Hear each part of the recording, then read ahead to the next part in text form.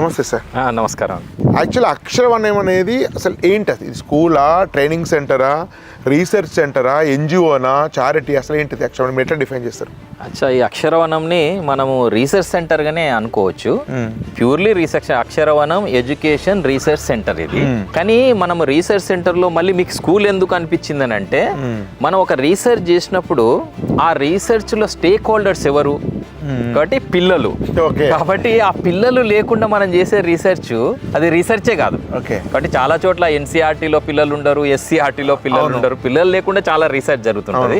కానీ అట్లా కాకుండా మనం పిల్లలతో పాటు మనం వాళ్ళకి నేర్పిస్తున్న క్రమంలో హిట్ అండ్ ట్రయల్లో చాలా విషయాలు మనకు ప్రస్ఫుటం మనకు అర్థం అవుతుంటాయి. విషయాలు పిల్లలే చాలా నేర్పిస్తుంటారు, మనకు అర్థం చేయిస్తుంటారు.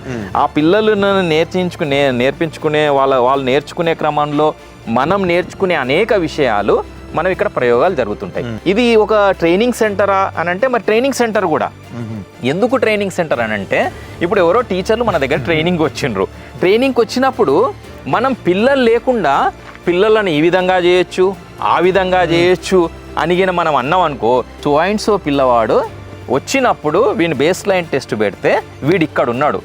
తర్వాత మా రీసెర్చ్లో, మా మెథడాలజీలో వీడు చదవడం వల్ల వీడు 6 నెలల్లో ఇక్కడ వెళ్ళాడు, ఆ తర్వాత 1 ఇయర్లో ఇక్కడ వెళ్ళాడు, 3 సంవత్సరాలకు ఇక్కడ వెళ్ళాడు, ఇప్పుడు ఐఐటి ధన్బాద్లో చదువుతున్నాడు అని అన్నామనుకోండి.